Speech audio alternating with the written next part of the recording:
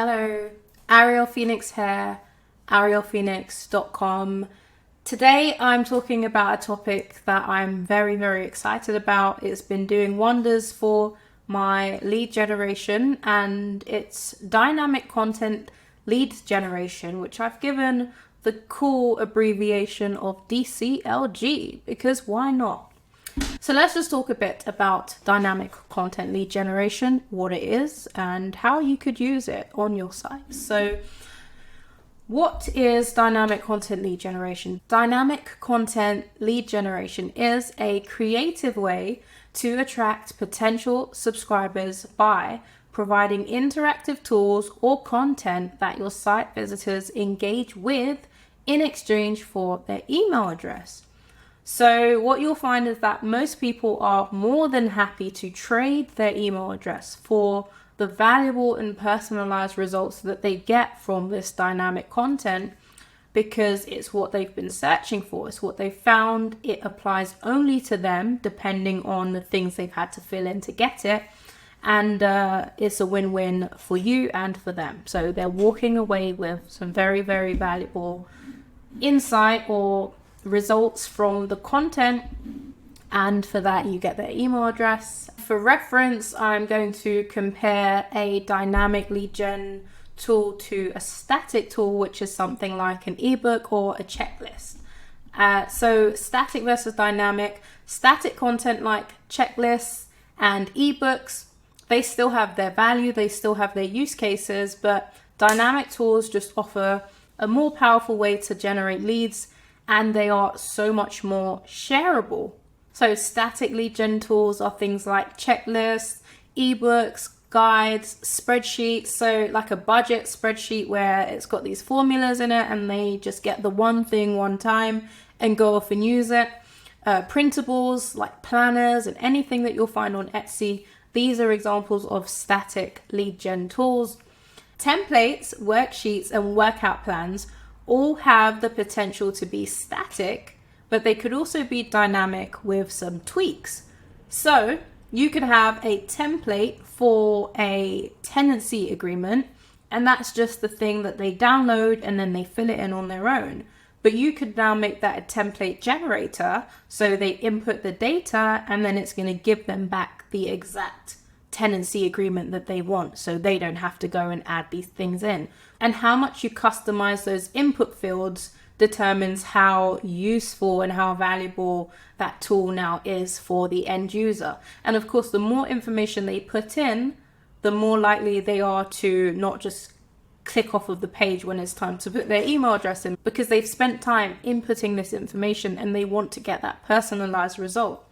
Worksheets, exactly the same thing. They could download the one worksheet that everybody gets, or you could ask them a series of questions and then it generates a personalized worksheet. And it's the same with workout plans. You might have a strength training workout plan, which is one size fits all, or you could have a specific exercise workout plan generator that could now take into account their very specific needs. So they might have a disability or an injury and they can't train certain things, or they want to really work on a specific area. They have a time frame that they want to achieve their goals in. The workout plan generator is going to be so much more powerful, so much more valuable than the basic workout plan they can just click and download.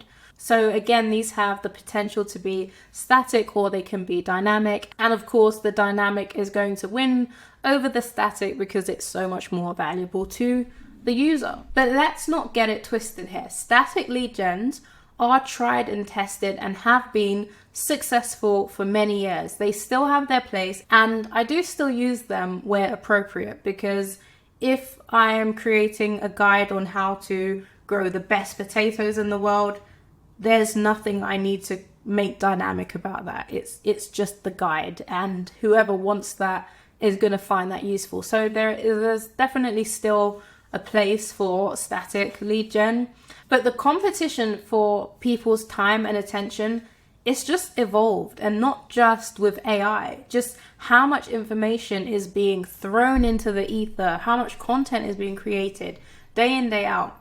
The turnover is so fast, and the dynamic content is fresh, it's personalized, and it's exactly what the visitor wants and needs, because they're already searching for that thing and now they get to put all the different details in that's going to get them the better result. You could probably upgrade some of your static lead gens with dynamic ones quite easily. And you might be thinking, my free workout plans, they're working just fine, so why would I change anything? Well, because you are missing a trick. My DCLGs are doing so much better than the static stuff. It's not even a competition, and because of that, all I'm doing now is creating more dynamic content, so dynamic pages and lead generation. That's all I'm focused on, because I can see, one, how people respond, two, how much they share it without even being asked to. So this is Facebook, Pinterest. People are sharing these things because they find them to be valuable and they've not seen anything like it before, and they're free. So yeah, you might be missing a trick by not trying some dynamic lead gen. But of course, the type of dynamic lead gen that you can create will entirely depend on your niche. And you may find that ebooks and guides just work best in your niche, and there's absolutely no quiz or generator that you can make, which honestly would be quite rare, and you probably just haven't thought outside the box enough to find the opportunity. But in any case, here are some ideas that hopefully evoke or inspire some deeper thought into DCLG. So again, I've got the full list of ideas and my how-to going live on my privately building in public Patreon case study thingy. So if you want to skip the trial and error and go ahead and get straight into it, then definitely check that page out. But a few ideas would be a mortgage calculator. So I'm sure you've used one of these. The user puts in the home price or the budget, they've got the down payment, they've got the interest rate, or the tool could give them the current interest rate, depends how advanced it is, the loan term. You could ask a bunch more questions just to make sure that they've given it enough time to want to give you back their email address. But typically mortgage calculators and calculators, the basic calculator isn't the sort of lead gen tool. It's not the sort of tool that you would ask for a user's email address, because there are so many of them on the market and it's just small amounts of information. And to be honest, with the tiny amount of time they spend filling these out, they're less likely to give you their email address, because they can just click off and go somewhere else that doesn't require their email address. But I've seen more creative sites that have more advanced mortgage calculators. So if you were to go on one of those compare the market type sites, you've seen how relentless those type of sites are in getting you to sign up, getting your email address. So they'll ask more questions just so they know that you've invested so much time, you're not going to want to click off of the page. You're going to want to just give them your email address so you can get that quote sent over to you. Budget planner.